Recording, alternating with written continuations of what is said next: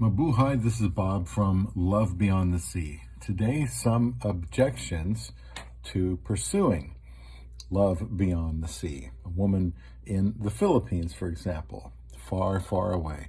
Please follow here on Love Beyond the Sea. Learn about the process of pursuing a Filipina to marry and how to be and stay married to her. Essentially, that is what this channel and videos are about. Go ahead and leave questions if you can relate to any of this stuff today. Objections to looking for a wife overseas. One, of course, would be getting scammed. And maybe some people don't realize this. What have I got on my shirt there? They're not aware, some people, that they can get taken advantage of, and so they should know that.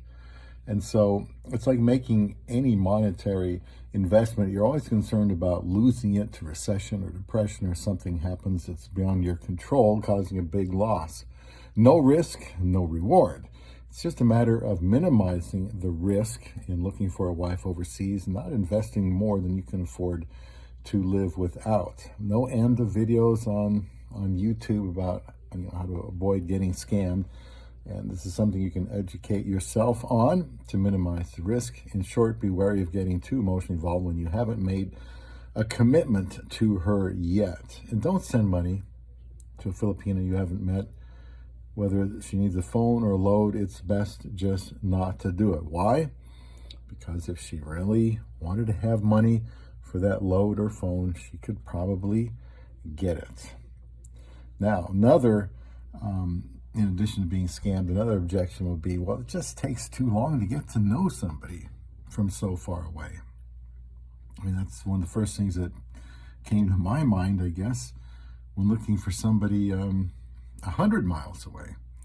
It could take too long to get to know them. Now, compared to someone who lives across the street, does it have to take more time to get to know them well enough to get married?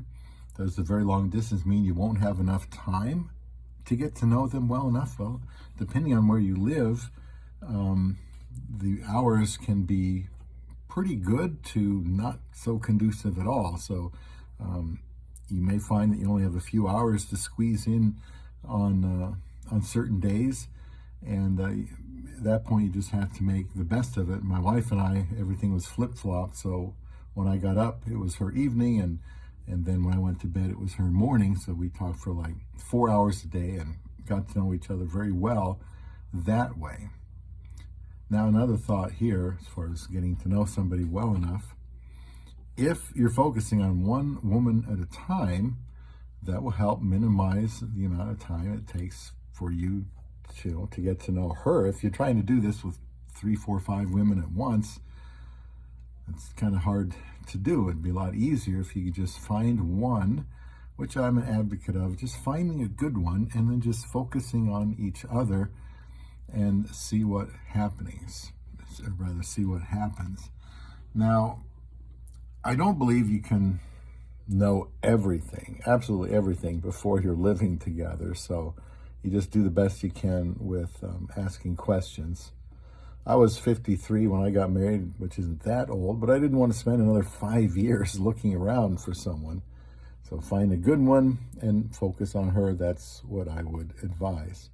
I proposed right away on day 18, and it's worked out. Was that foolish? Well, I thought it ultimately came down with how I would treat her. And as long as I made a good choice to begin with, we were going to be able to be just fine. And thank God we have been. I just recognized the potential that we had and proposed to her and flew down there and married her. I knew she would become my top priority. I wanted to make her dreams come true and take good care of her. Now, another one I'll mention here before doing another video on the same topic with some more things is the idea of a younger wife. You could have reservations here, but you might be very intrigued because you hear so many people are marrying a woman 10, 20, 30 years younger than they are. Now, I am a big fan of age gap relationship if it's the right couple. Kind of all depends. I mean, I don't think there's anything unethical about an age gap, or I wouldn't have done it myself. Whether this works out for you or not depends on how you treat her. I mean, it always comes down to that. That's if she isn't, scamming you.